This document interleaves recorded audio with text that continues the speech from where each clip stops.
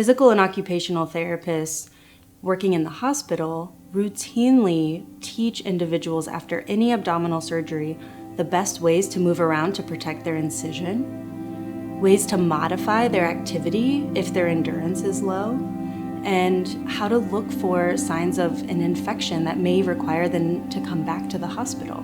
These services are not being given to women after a cesarean section, which is a major open abdominal surgery. So they have to perform these same activities once they return home, in addition to having to care for their newborn. I teach occupational and physical therapists to work with this patient population the same way that they would work with any other patient who has had an abdominal surgery.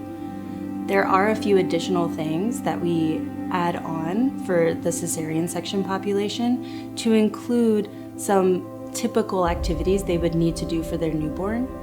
But in terms of specifics, I teach how to get in and out of bed to protect their incision, best ways to lift objects such as their infant without putting any strain on their incision.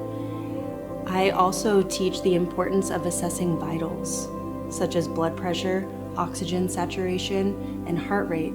These are things that any acute care therapist knows how to do on a regular basis. They do this with any patient for any diagnosis. But with this population, we are really trying to assess how their body is physiologically responding to basic mobility. We don't want their blood pressure to go too high to lead to something called preeclampsia.